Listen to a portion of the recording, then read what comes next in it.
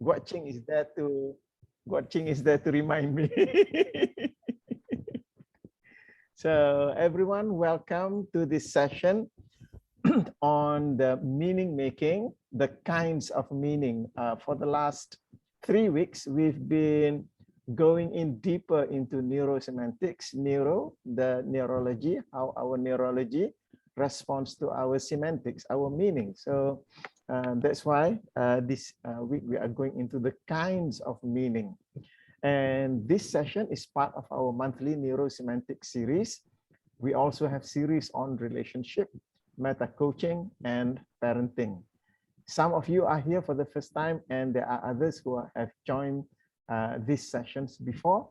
Whether you are a first timer or a regular, I bid you welcome, and I encourage you to interact in the discussions later.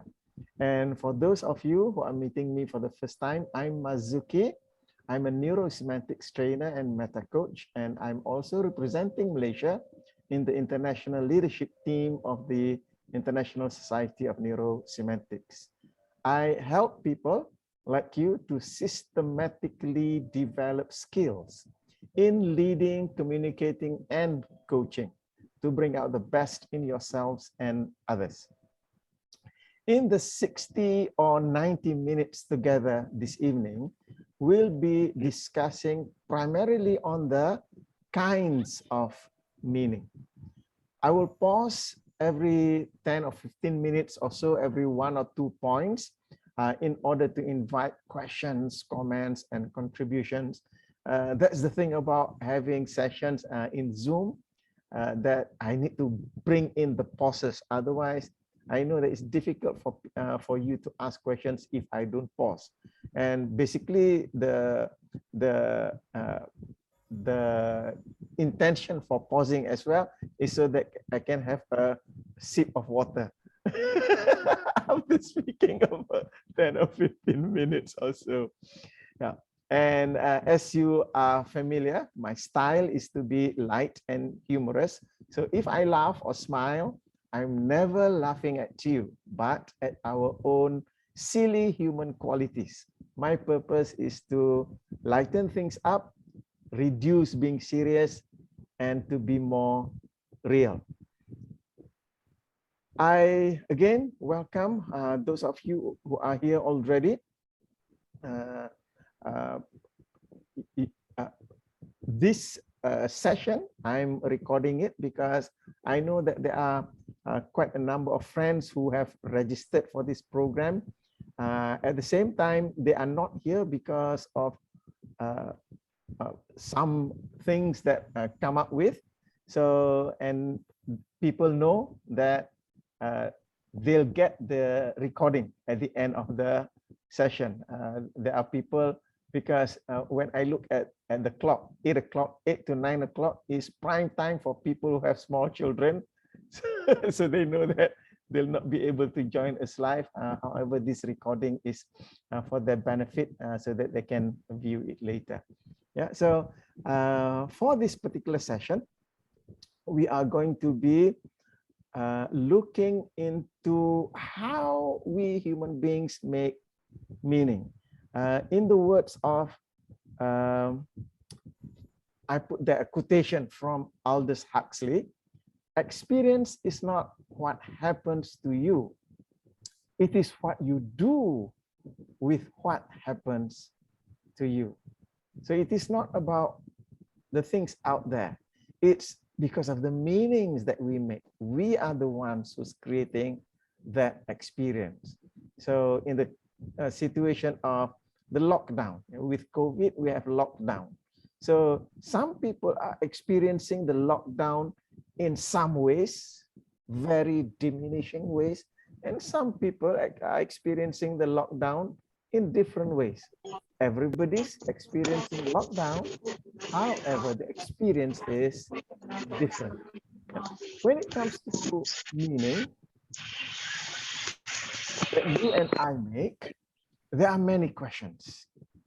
Here, we will be exploring the kinds of meaning. Afterwards, we will mention the levels of meaning, the quality and ecology of meanings. However, since we have limited time, I'll just make some mention of those because I'm going to be focusing on the kinds of meaning.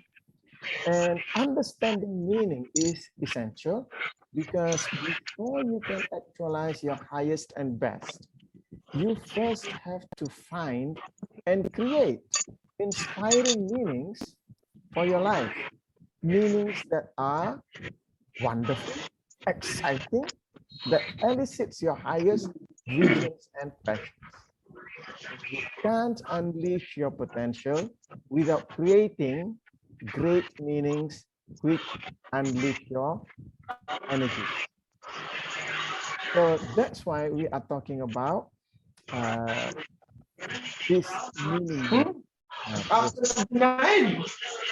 So before I go on, I'm experiencing a little bit of audio interruption. May I remind you to your mic? I'm not sure where this interruption is coming from. Yes, thank you. So as I mentioned just now, this session focuses on a critical aspect of meaning and meaning making, the kinds of meaning that you make. So let's get started. And I would like to, before I go on, just to acknowledge all of you who are here, those who have just joined us. Coach Susanna has just joined us. Jomil has also just joined us, and the rest of you joined in earlier. Amy, Chek Siu, Danielle, Louise, and also Guat Cheng. So are you ready to get started with the first point? That is the kinds of meaning. There are altogether 8 kinds of meaning, and I'll just list down all the 8 here, and then we'll go one by one. And when what I'll do is that I'll pick out 2 meanings and give a little bit explanation behind it, and then I'll pause for you to ask questions or comment and give suggestions with respect to those points. So what are the 8 kinds of meaning? The first one is associative meaning. The second is evaluative meaning.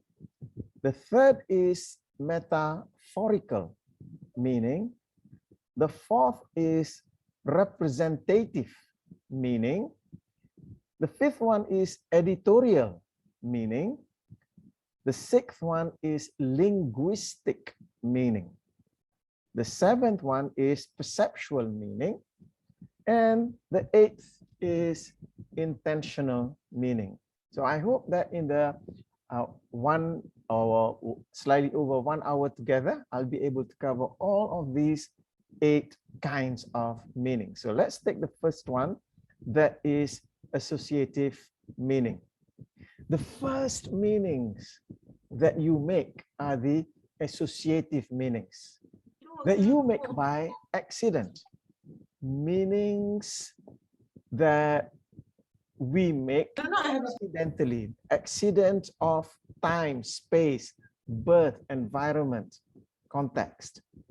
That is, you come to invent, make and construct meaning out of whatever is nearby when you look, when you link and associate with another thing. If, as an infant, you see or hear or touch something, and the next response is one of comfort, pleasure, delight, and fun, you will likely connect a good association with that item. And that experience is reinforced. If the next things that happens is unpleasant, painful, distressful, that's what gets connected. So you associate your emoting, you associate that feeling to the meaning of that particular experience. Over the last 5 days, I have my daughter came to visit, and I have my grandchildren here, and every day I will take out the grandchildren out and walk around the neighborhood. And we have the youngest one. She's just celebrated her second birthday yesterday. She's a bundle of delight, and whenever we go around the neighborhood, she sees cats. There are many cats around. Whenever she sees cats, she'll just rush off to the cat, and if the cat doesn't run away, she'll just stroke the cat. It came to the point whereby she was stroking the cat for so long, and we asked her to leave the cat there so that we can go back. She just cried her heart out because she misses the cat now that she's got to go away. So that is associative meaning. She has that wonderful feeling when she experienced that cat. So the meaning that she has about cat is that it is a wonderful, warm, friendly ball of fur, or whatever it is that's in her mind. So that's associative meaning. That's the first meaning that we make. Second one is evaluative meaning. Once you associate one thing with another, then you make some evaluation of it. So what goes through that evaluation process? Is it good for you or not? Does it promote your well-being or undermine your well-being? Do you like it or hate it? To evaluate something is to view it through the lens of your values and criteria. So this is a very important bit. Now, in evaluative meaning, you are now shifting your focus, not just from the experience, taking the experience and now comparing it with your values and criteria. So you might be thinking, in terms of this experience being fun, it is or it is not fun. So this kind of meaning arises from the development of standards. Every standard, everything that you decide is important to you. A value then becomes a means by which you make an evaluation or judgment. So now we move into the area of making that evaluation for whatever that you have, experienced. So the first one is the immediate association with that particular experience, associative meaning. The second one is that now you are taking in that experience and comparing it, making an evaluation with a certain standard. So now you have another level of, another kind of meaning being created. Okay, so I'm going to pause here and invite anyone of you, if you have any questions that you want to ask or any comments that you want to give, so just go ahead. Yes, just unmute yourself. Amy, are you wanting to make a comment? Yes, go ahead.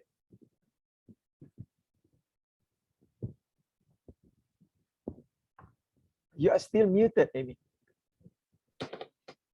Would it be like, when we are doing something and saying something, talking, and yet we're trying to listen to people as well, and then we're evaluating? How can we multitask? Yes. So when you are making that evaluation, so now you are bringing in evaluative meaning.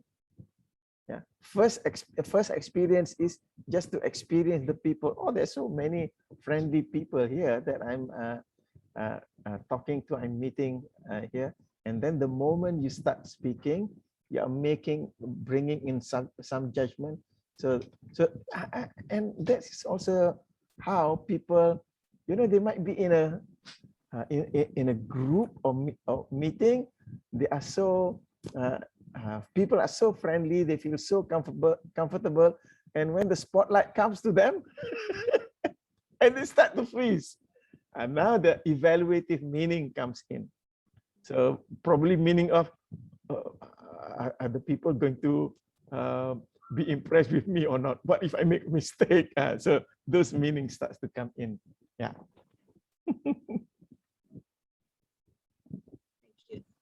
Right. Anyone else? Any comments or questions that you may have? Are you good with that? Okay. Right. So let's move to the second and third kinds of meaning. Sorry, the third and the fourth kinds of meaning. The third kind of meaning is metaphorical meaning. Metaphorical meaning. Metaphor represents another kind of meaning. This is the meaning that you construct when you compare one thing to another. So you are comparing your experience with another thing. That's the metaphor. So you may have heard people say something like, I felt like I had a tiger by the tail, to give a description of how they were experiencing a certain event. Or someone might say, as I stood up there on stage, I felt like a car wreck was about to happen. So in metaphorical meaning, you speak about one thing, but you reference another. It is meaning by analogy. This X is like Y. Life is like a box of chocolates. That's a very famous metaphor. Forrest Gump. Right? Life is like a box of chocolates. So now, metaphorical meaning presents two particular dangers, and people miss these dangers because it makes it easy to explain to others what you mean by using metaphor. However, be careful of these two dangers. The first danger is that you overuse it, and through habituation of the metaphor, eventually forgets that it's a metaphor, so you take that literally. I've heard of this metaphor. People use the metaphor, communicating is just like a battle, referring to war. And no wonder when they communicate with others, they are at the opposite ends of the battlefield. Now they take it literally. Sorry, literally, not literally. They take it literally over there. So while all language is metaphorical, yeah, I mean, every word that I use is metaphor, a metaphor for a certain meaning. So while all language is metaphorical, most of the original metaphors have been lost in history, so that the words we now use no longer seem metaphorical. Those that are in the process are considered cliches, overused statements. In this, the metaphor is no longer fresh. So what happens is that people not look at the original meaning that's intended. Now they take the meaning from the metaphor. So box of chocolates when it comes to life. So notice that the difference is that. The second danger is the connotation that comes along with metaphors. What George Lakoff and Mark Johnson call entailments in cognitive linguistics. And entailment refers to all of the things that come along with the metaphor that does not fit the analogy.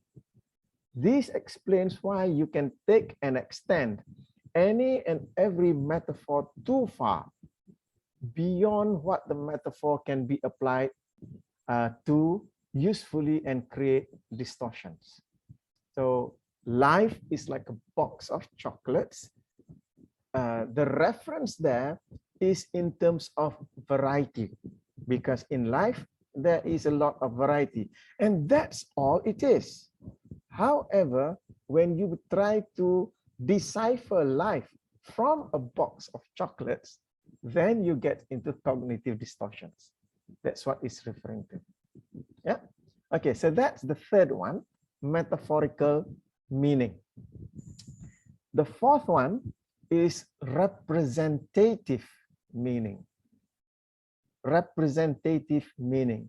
Representative meaning here refers to how we represent the meaning in the theater of our mind. The ideas that you hold in your mind by representing them on the screen of your mind. Notice the word screen of your mind is also a metaphor. There is no screen inside there, but we use the term screen of your mind is also a metaphor because we are able to see, hear, feel our experience from the screen of our mind. So that is representational meaning, what we can represent up here. This was the genius that Bandler and Grinder mapped out in great detail that launched NLP originally. And that caught the appreciative critical mind of Gregory Bateson, as he indicated in his preface to the Structure of Magic. Now, representational meaning, using the sensory representational systems of visual, auditory, kinesthetic, provides us ways to manage and control our thinking and the stages our cognition evokes us. So we have that meaning in the screen of our mind, so that becomes another kind of meaning. So that's the third and the fourth kind of meaning, metaphorical and also representative meaning. So I'll pause here and invite any questions or comments. I'd like to welcome Windia for joining us.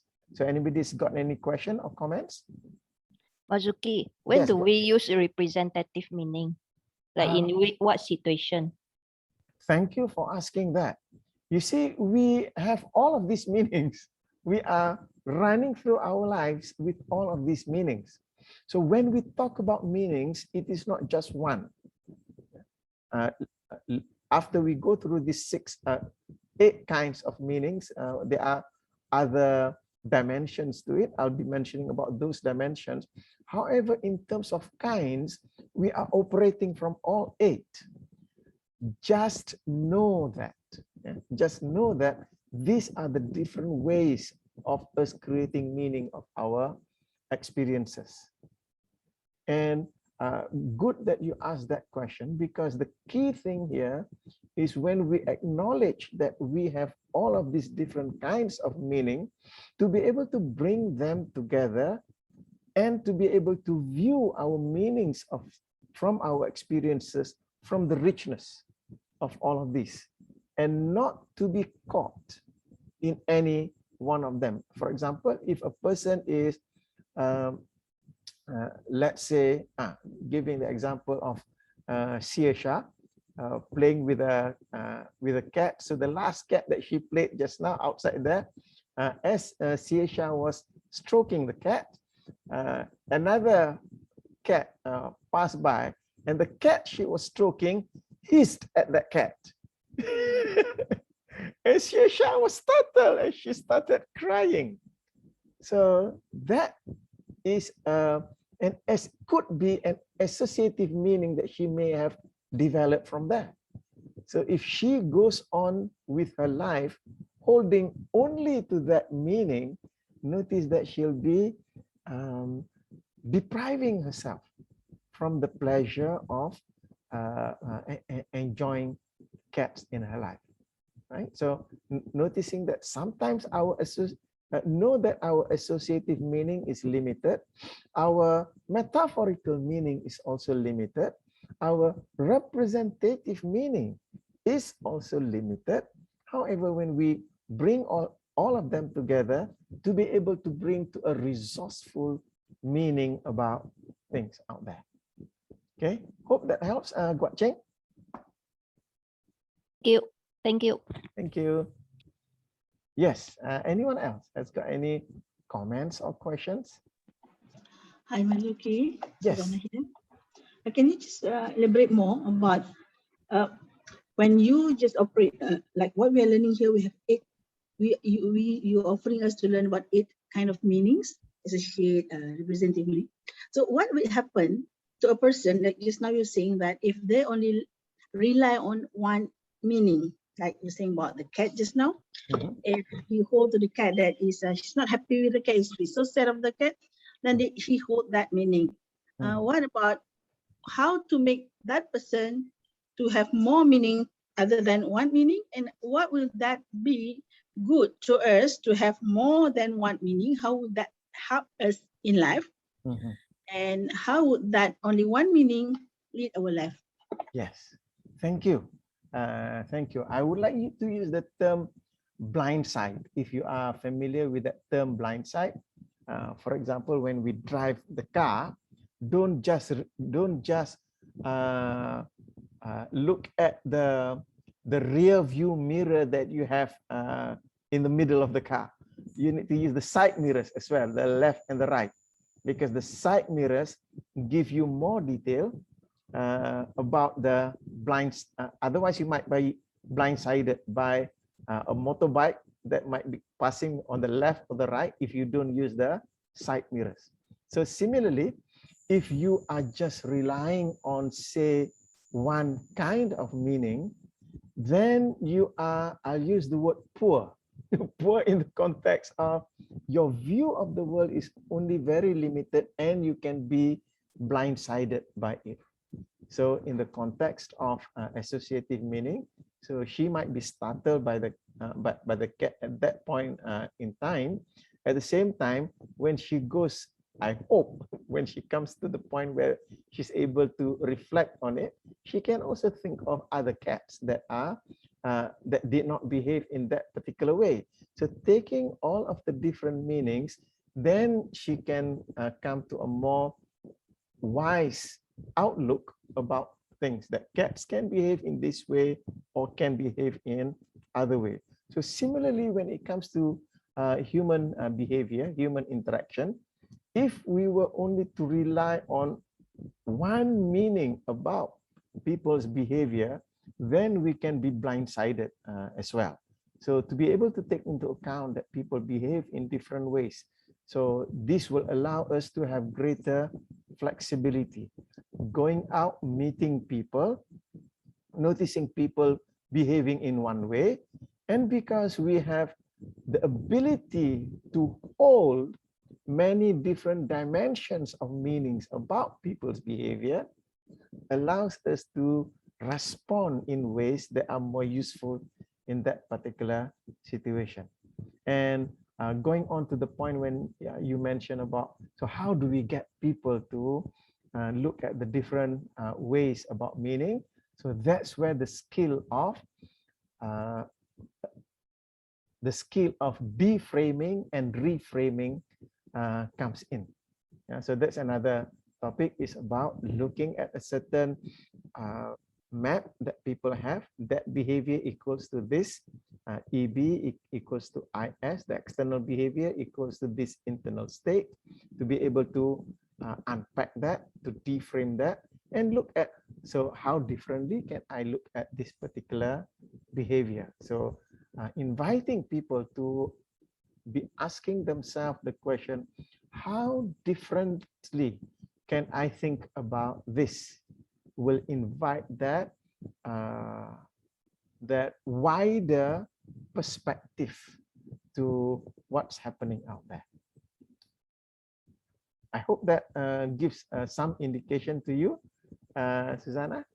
Thank you so much. Very helpful, and I'm so clear about that. Thank you so much. Thank you. Thank you. Anyone else? So you're good with that? Yeah. So let's take on another 2 more meanings.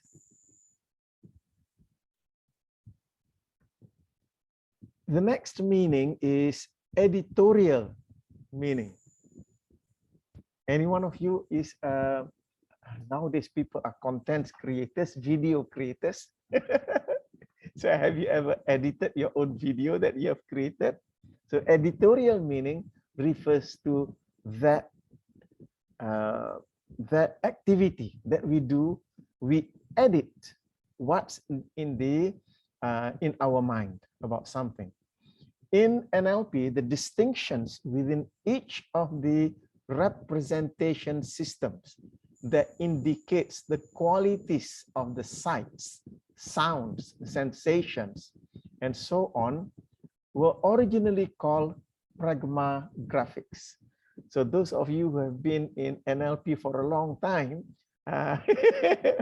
for me, it took something like about 5 or 6 years to discover the original term that later on Bandler and Grinder called them sub-modalities. Originally, it was called pragma-graphics. So that quality in itself is a form of meaning. It is the meaning of how you editorially frame or code your representations.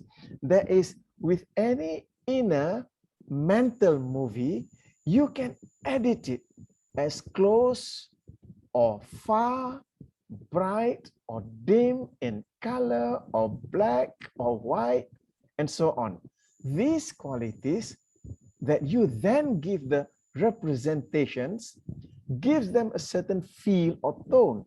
It sets a certain frame about it. Take the example of the experience that CHI had with a cat.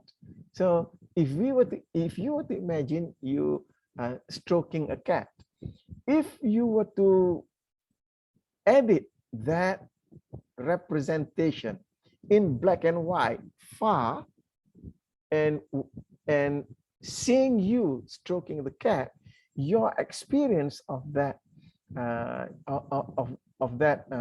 experience is different than if you were to edit it in color, close, with full warmth. So you have a different experience of it. So the moment you edit in neurosemantics, we prefer to use meta modalities rather than sub modalities. The moment you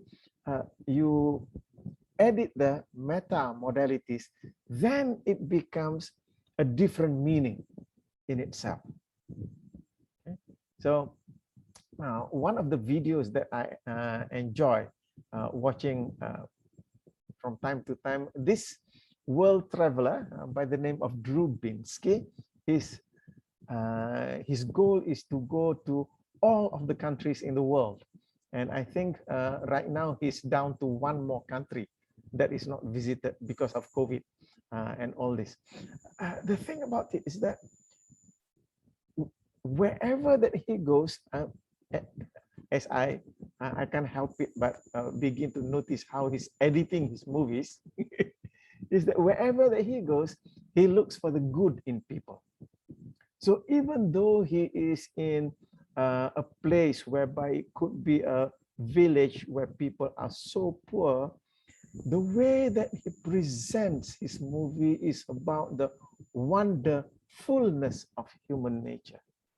In fact, he produced a video about being in Turkey, whereby he did not spend any money at all for one full day, because wherever that he went, he ate or wanted something, people will not want to take money from him, because they say, oh, you are a guest here, so you eat, I'm not going to charge you any money. So he did 2 videos where one was in Turkey, the other was in Karachi, if I'm not mistaken, where he experienced the setting whereby he went around. No merchant wants to take his money. They just give him tea, give him food to eat. So, and what I was stunned was, he said that one of his favorite countries was Afghanistan. And not now, but Afghanistan has been in war for years and years, but he edits his own movie. He is only able to bring that movie to us because his own movie is the beautiful, wonderful greatness of human nature. Regardless of what's around them, he is experiencing the goodness of human nature. So the way that we edit the movie becomes a meaning in itself. So that's editorial meaning. Okay, so the next meaning is linguistic meaning, language. Another kind and form of meaning is that which shows up linguistically in the language that we use. In fact, this is what we most commonly refer to as meaning, words, grammar, language. Because when we ask a person, what does that mean to you? They give us the linguistic meaning because it comes out through the words. Yet, it is obviously one kind of meaning. Within a person's mental inner movie, there are words being said and recorded. And then there are words that label and classify the movie. So, language can operate at multiple levels and therefore function in different ways. Language about things performing the function of categorizing, classifying, and framing. So you have the language of what's happening down there and also the language of classifying, categorizing up here. So language is very fluid, and when we use language to describe what's happening out there, then it becomes another kind of meaning. So notice as well, when we talk about linguistic meanings, that is why you notice that people who have lower competency of handling language, they are not able to express fully what they mean about something. So in this context, competency of manipulating language is also critical in order for us to be able to understand a person's meaning about things. So that's the fifth and the sixth one, the editorial meaning and also the linguistic meaning. So I'd like to open up for questions or comments. Just go ahead.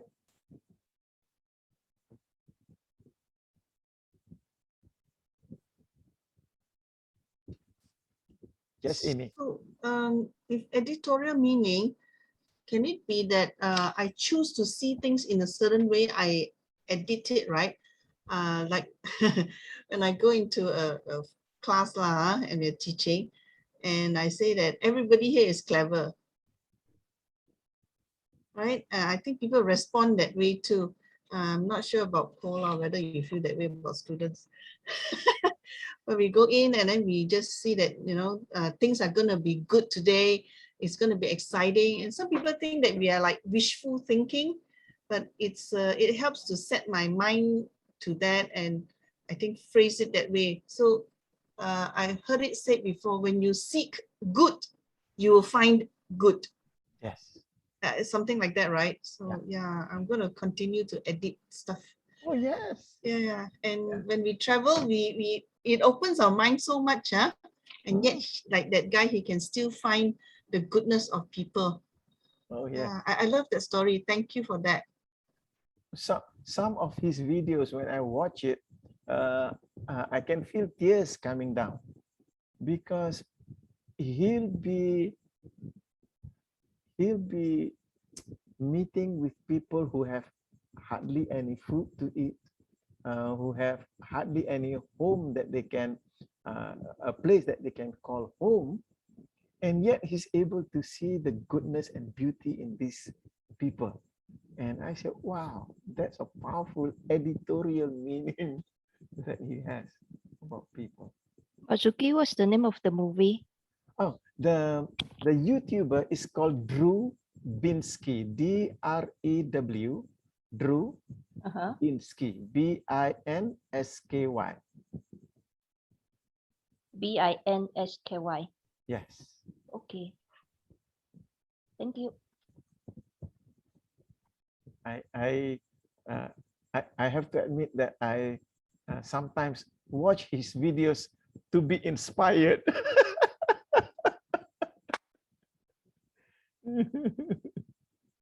Okay. Editorial. Yeah. And what Amy, you were mentioning, there is editorial, you are pre-framing. Before you go into that, you are already pre-framing there. You are editing upfront. If I may give you an example, sometimes when people take photograph, so before you take the photograph, you set the filter already. So that is going to create the kind of photo that you want to have. And that is also part of editorial framing. Yeah. And this is also one area of meaning that many people don't realize, because all of us edit our movies. It's just that people allow the surrounding to influence the way they edit the movie. So if the surrounding people are angry, are unkind, then they allow their movies to be angry and unkind. So know that we are the ones who's editing that.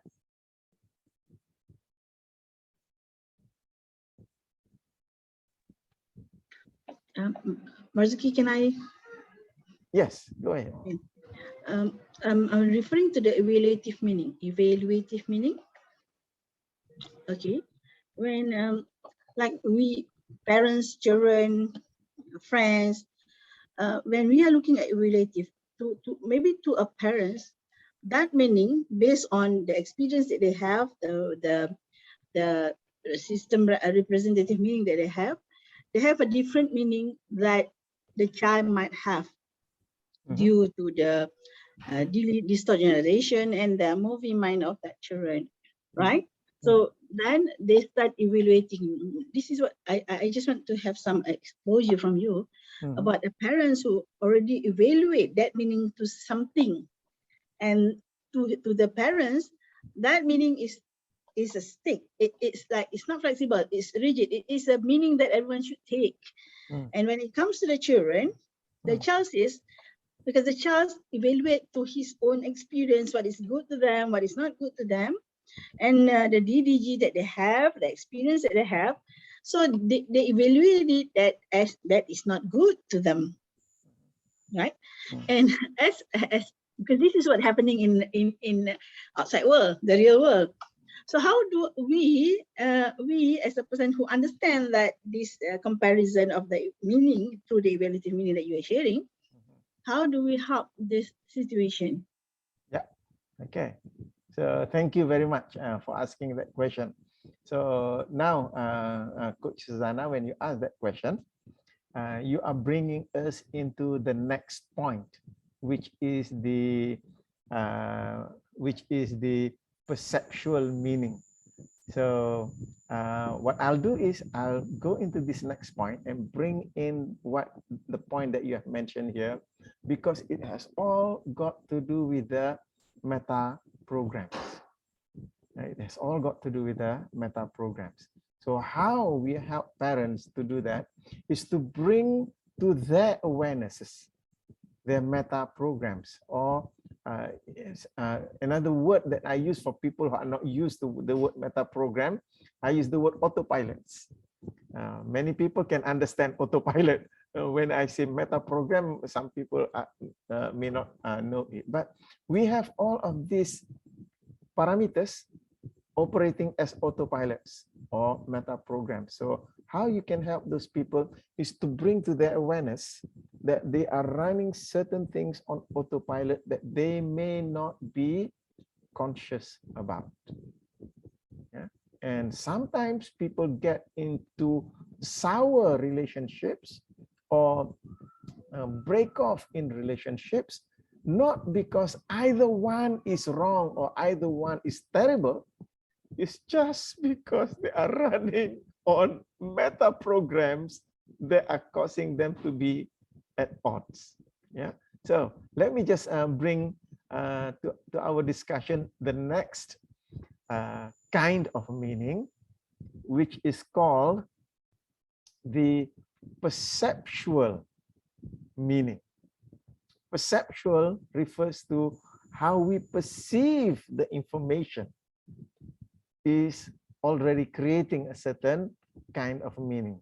When it comes to perceptual meaning, this is the making of meaning that results in your perceptual lens that governs what and how you see and perceive things from your point of view.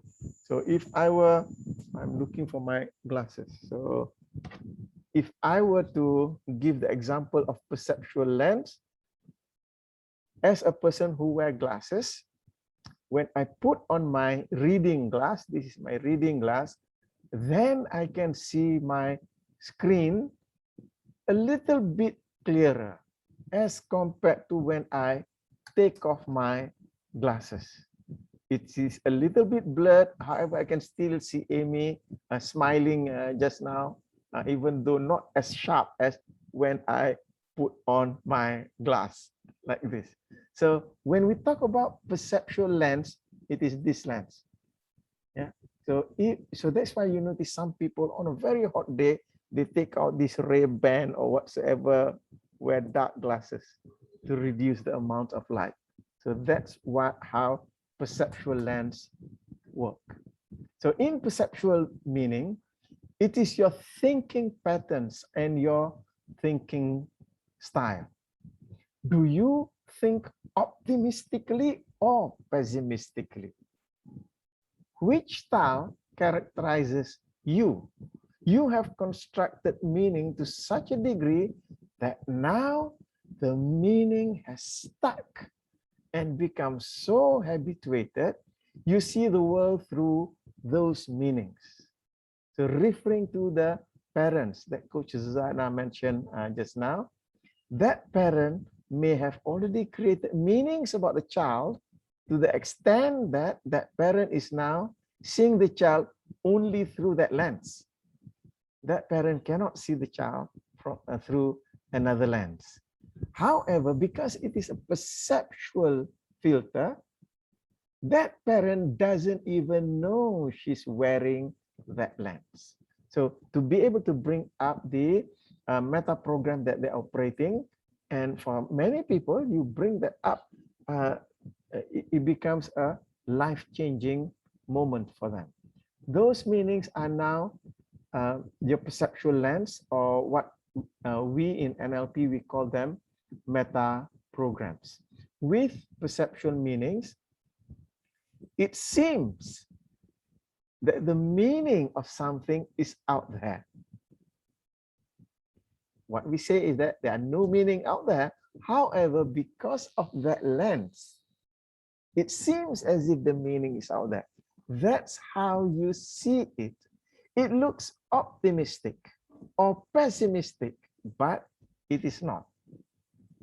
Out there is just a glass that has water in it to a certain level, but you perceive and perceive it in a certain way.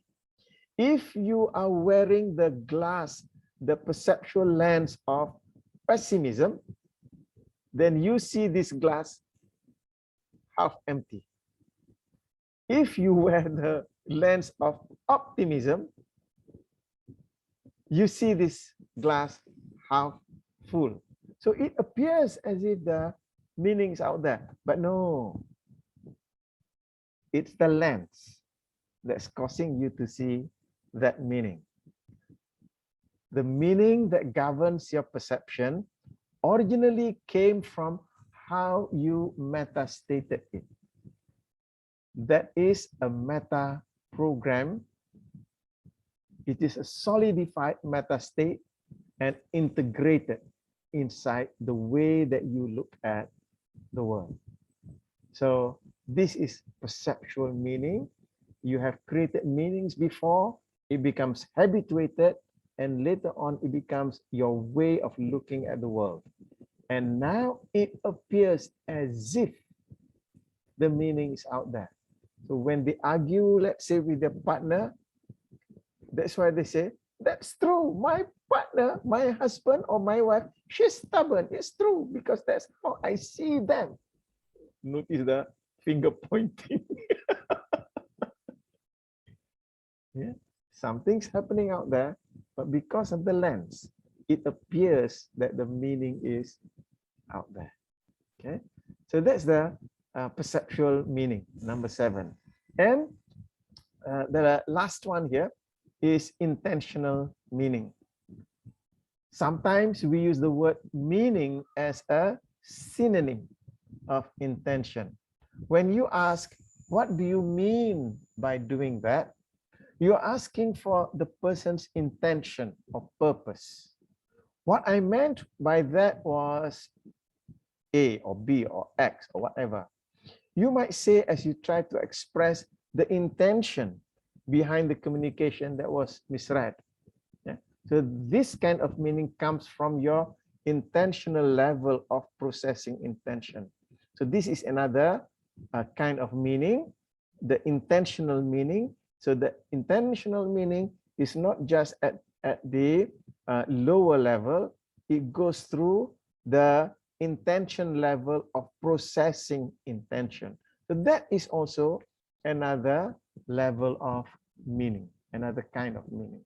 So that sums up all the 8 kinds of meaning. Number 7, we talk about perceptual meaning, and number 8, intentional meaning. So I'd like to open up for questions and discussions. So, yeah, thank you, Yen. Yen has got to leave us. So, Coach Susanna, when I went into that perceptual meaning, so how does that sit in with the question that you asked earlier? Okay, thank you, Marzuki. Thank you, sir. Yeah, because you see, I'm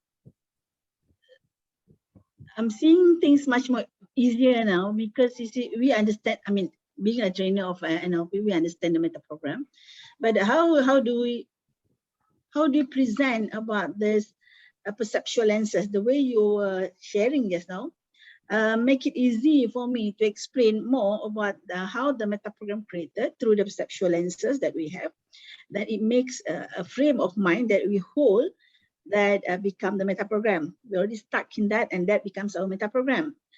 So in order to actually change, I mean, it's not change, in order to make them understand about the difference between a perception that we are talking about evaluative study, about the daughter and the parents' perception of things, is by letting them understand the meta program, the autopilot that has been created in their mind. Yes. And they have an option actually, yes, to understand the autopilot of the children, so that they can actually understand a way to communicate better or to influence better to the children, to get them understand their perceptual or their evaluative meaning. Thank you for that. Right. And another thing that I just recall, we do learn something about meaning before, that a word is just a label. Word has no meaning until we put a meaning to that. And it's as what you are just saying just now, it starts with the perceptual that you created that give the meaning. Like if you don't have experience with that, you have no meaning to that language or that words, until and unless, like you were just saying about the cat, you see the cat and you love the cat, you feel so good about the cat, then you give meaning that cat means loving, caring, like. But when you have this experience, you just see a cat with no meaning, and the cat start scaring you, make a scars to you, then you start giving a label or meaning to that cat. That is, cat is scaring, cat is not good, don't go near cat, right? So we come back to the base that earlier on, word is just a level until we put a meaning to it with the experience that we have. Yes. Am I correct me? Can you explain more about what I've been telling you just now? Yes, I agree with you. So that's why, if you remember, one of the most common questions that we as coaches ask people is, what do you mean by that? Yeah.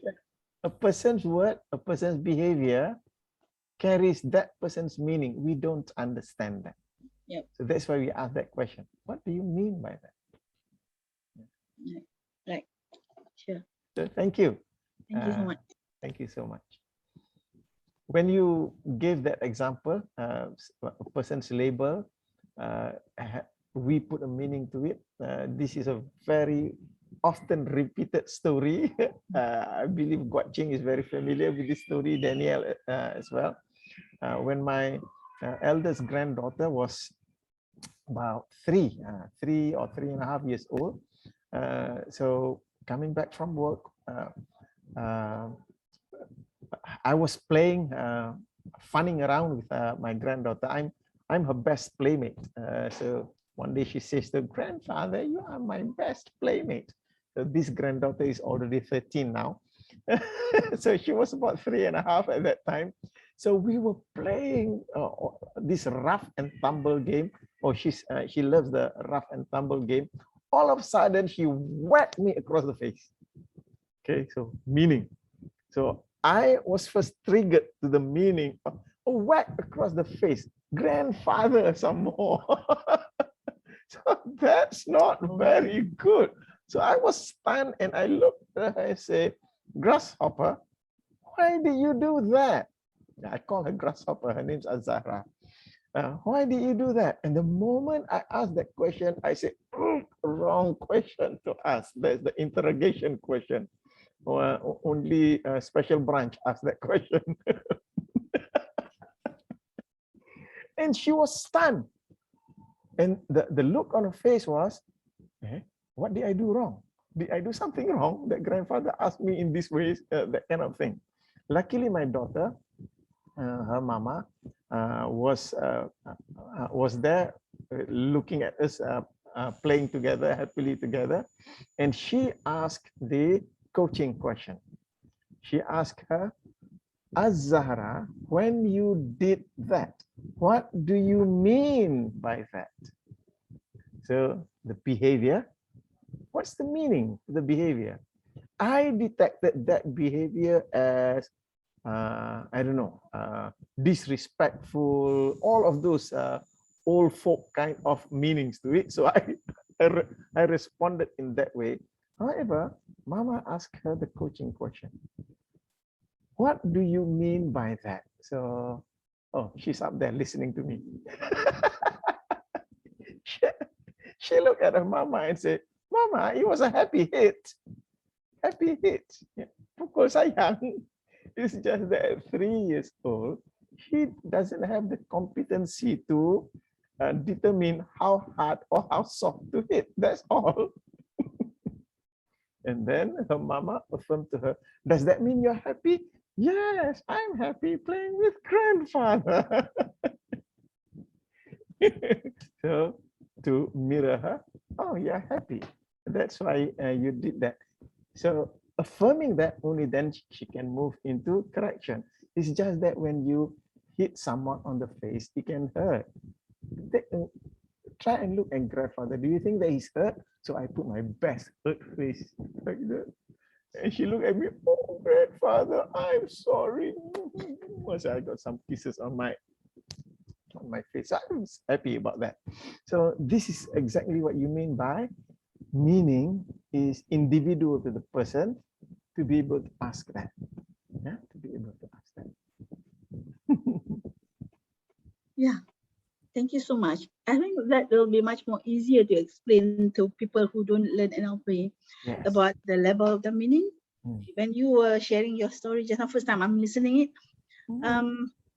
it's very interesting how a grandfather thought that that is unbecoming attitude, or of the child that is 3.5 years. Yes. Which still have a very limited filter, very limited experience. Maybe what represent to the mind of that child when he saw the mom or the dad, tampak each other with attachment of love, she's had that feeling that it's right to do and it's good. Yeah. Right? When to our elderly mind that have been so many filter, we saw that it's unbecoming, that really make things very obvious about this. Even we're not talking about meta program, we're talking about the experience. It's a big meaning, a huge different meaning between these two person. Thank you very much. Thank you. Yeah. Alhamdulillah. So there is a question in the chat box from Jomil. Meanings that are given from the dictionary fall under what kind of meaning? Usually dictionary, they go for the linguistic meaning and also for the intentional meaning. So typically they'll go for those. Yeah. However, what we are bringing here this evening is into greater detail, into greater depth. We create all of these different kinds of meaning. So now I hope that by bringing it to our discussion this evening, you are aware that you are running your life every day, going here and there with all of these meanings.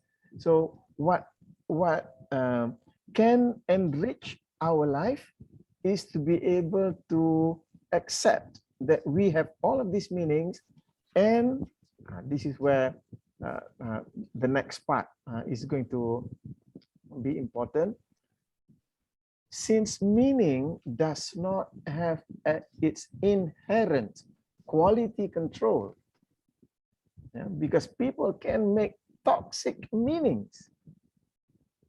So knowing that we create different kinds of meaning, having the ability to check our meanings, so this is the first step to quality controlling our meanings. Because there is no inherent quality control, we need to quality control our meaning individually, one by one of those meanings. Okay, so with that, I'd like to just mention a few more points with respect to meaning. So I'll just share my screen again.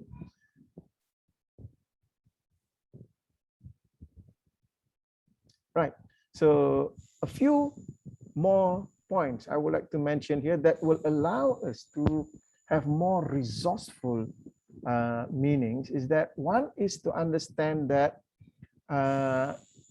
when it comes to the meanings that we have many different kinds of meanings. At the same time, of the different kinds of meaning, there are layers of those. Meaning is layered, because whatever meaning you create about something, what you then reflectively think or feel about that becomes the meanings that you frame them in. These then become your internal context for understanding and interpreting. So you have this experience of a cat scratching your hand. So you have a meaning that a cat can be aggressive, and it doesn't stop there. It goes in layers. So just because that cat is a ginger cat, a ginger colored cat, so you can have another meaning on top. Ginger cats are aggressive, right? And then you may put another layer of meaning up there. ginger cats can be dangerous, don't have ginger cats. So notice the different layers coming in. So that's another one thing about meaning, is that in as much as we talk about the 8 different kinds of meanings, each of them can be of multiple layers, the layering of the kinds of meaning. So that's the first one. Yeah. The next one is climbing the ladder of meaning. Knowing that our meanings are layered, now once we understand that, once we know that, then we have the ability to climb that ladder. So this is one way that we can quality control the meaning, moving up level after level after level to see how you have put together these psychological levels. Doing this enables you to begin to identify the sequence and structure of meaning. It allows you to quality control, because as you go up the level, then you may notice that you might have missed something. You may have created a wrong meaning over there that can have dire consequences later. So to climb up that meaning, ladder of meaning. It's just that another caution is that these levels are not like solid steps. They are dynamic, and so change and move to explore the human system. So just like the stairs that we have going up, they are solid steps. So instead of thinking in those ways, I like to invite you to think about the staircases in Hogwarts in Harry Potter. If any one of you have watched Harry Potter, the staircases move from one place to another. You can shift in that way. So you may be thinking of taking these stairs, going to your dormitory. However, because as you're climbing, it moves in another direction, it goes to another dormitory. So just be aware that these levels are not like solid steps. Yeah. So that's the thing about climbing the ladder of meaning. And another point that I just like to mention here, I'll just go through this very quickly, because it is a topic on its own. In order to detect the meanings that we have, an understanding of meta questions will be extremely useful, if not essential over here. So as coaches, we also need to have a strong understanding of meta levels that can be revealed using meta questions. So very quickly, giving to you 10 meta questions here. I'm just going to give you very quickly. One is the meta question of belief or belief. So asking the question, what do you believe about X, about that thing? Another is the meta question of value or importance. What do you value or find important about that? Next is the meta question of permission or prohibition. What do you have permission to do that, or is that prohibited to you? Another one is the meta question of identity. Decision, decide or decision. What have you decided about that? Next is the meta question of identity. Who are you as you do that? The identity that you take. Another is the meta question of intention. What is your highest intention when you do that? Next is the meta question of metaphor, comparing. What is that like? So now you are comparing, creating a metaphor. Another meta question, the meta question of remembering. That is. I'm in a Zoom. What memory? Did I call you? Sorry, I pressed the wrong thing. Sorry. Okay, bye. Okay. Yeah. Okay. Remembering here, what memory does that remind you? And next one is the meta question of imagining.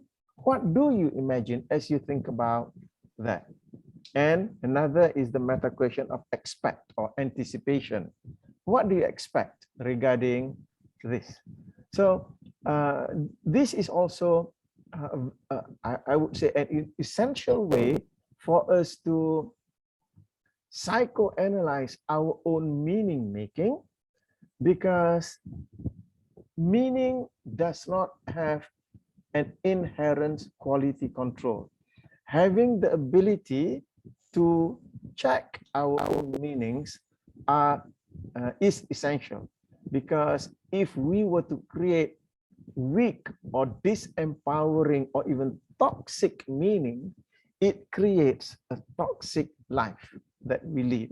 So understanding that there are layers, meanings come in layers, and then knowing that we are able to climb the ladder of meaning to give us greater view about how we are creating meanings about something, and having the skill of asking meta questions that reveal us more information, that gives us the ability to quality control our meaning. Quality control in the sense that our meanings are healthy, that our meanings bring health to ourselves and also to the people around us. So this is how we quality control our meanings. So these are another 3 aspects that I'm bringing in, knowing that there are 8 kinds of meanings, taking in the 3 additional aspects that gives us an insight into the dimensions of meanings, allows us to live our life with meanings that are creative, meanings that are productive, meanings that are enhancing for our lives. So that's an additional point that I would just like to bring to all of you. So I'd like to invite any questions or comments that you may have. So go ahead.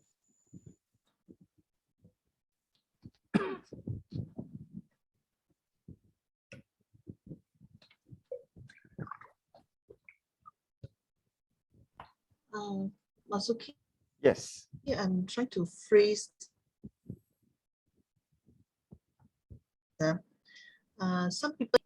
So what happened to them is that they say something that actually they don't want to say, was not their intention, but it came out that way. Or they, it could be action or it could be certain words.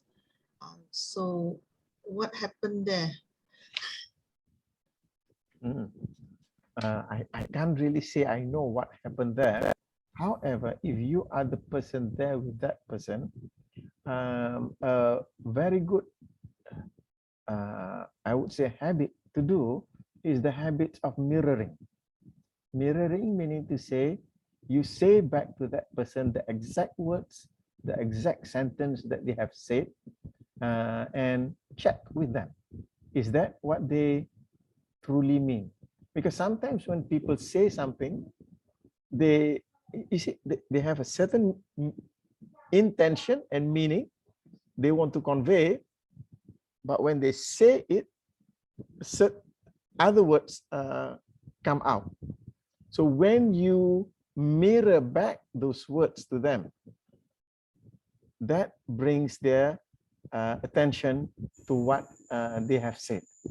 And for many people, they have the ability to, they have the opportunity to change in that sense, because when those words are mirrored back to them, they realize, no, that's not what I meant, because they have certain other meanings over here.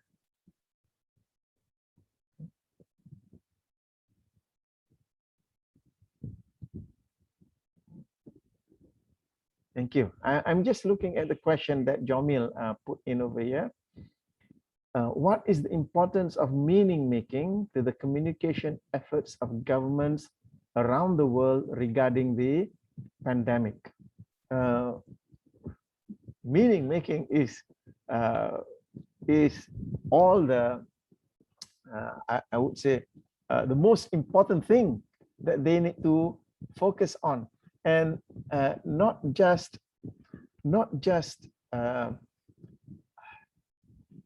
because people come from different backgrounds.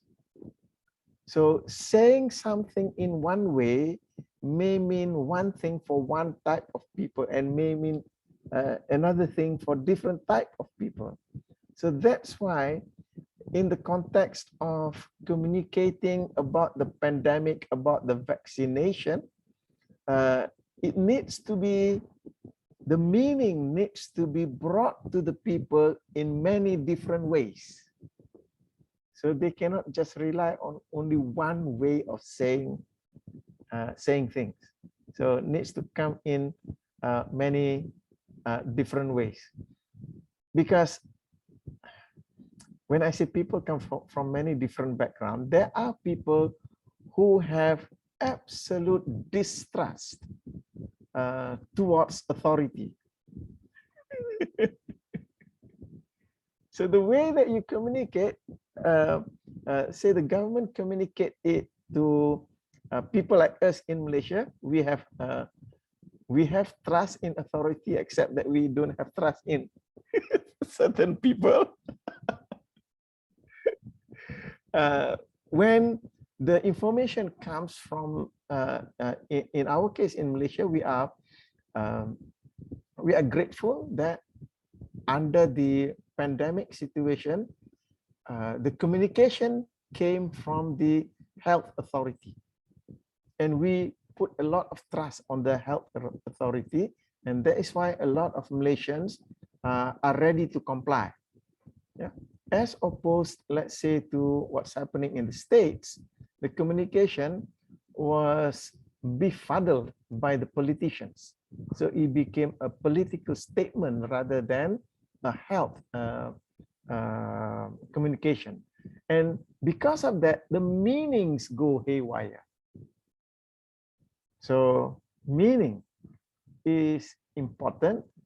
Communicating that meaning, that's another challenge. The meaning that we want to bring to the people is that COVID-19 is dangerous. Vaccination helps to reduce the danger. It doesn't cure, it doesn't stop, it helps to reduce. However, because of the misinformation going around, many people have different understandings, not understanding the actual meaning of what is being communicated. So, Jamil, the question that you put in there is strictly, I would say, relevant in the sense that when we want to communicate, the meaning that we need to communicate has got to be driven in multi directions from different ways. You need to say it in different ways at different times in order to get more of the people to understand. Because people are receiving our communication from different states, from different situations. People who receive the communication from the state of mistrust will demand proof, evidence.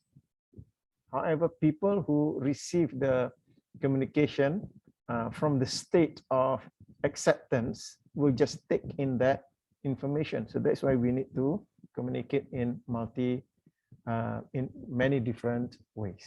I hope that helps giving you that perspective, Jamil.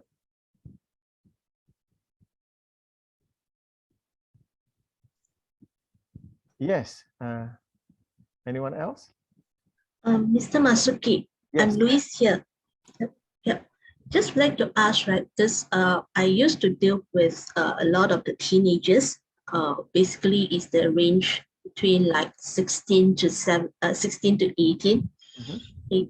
And I found that nowadays that millennial kids, their thinking is very unique and used to find a lot of the generation gaps.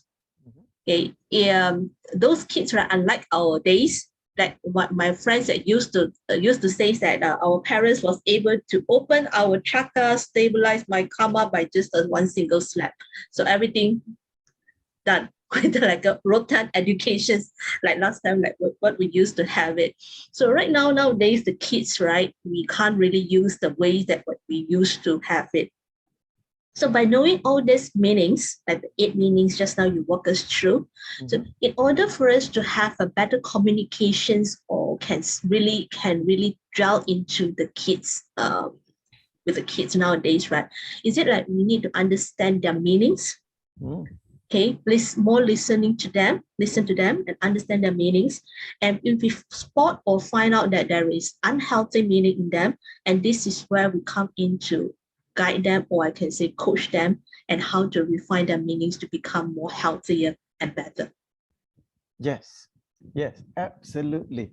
Yeah, absolutely. So that's why when we talk about communicating and coaching, the core skills there is the skill of listening, the skill of supporting, the skill of questioning, because questioning will reveal more of what's inside there.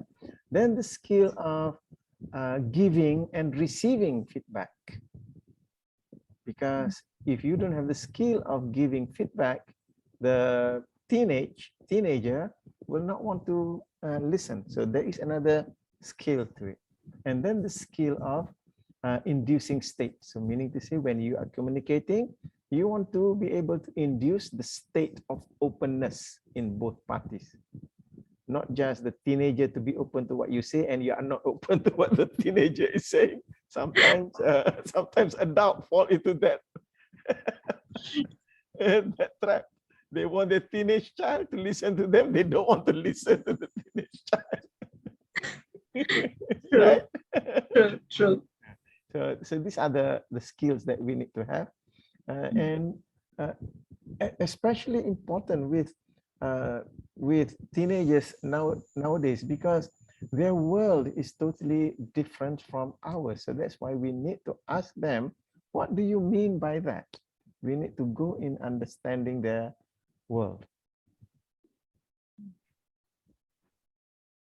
Okay. Thank you. Thank you, Luis. So any other questions that you like to make?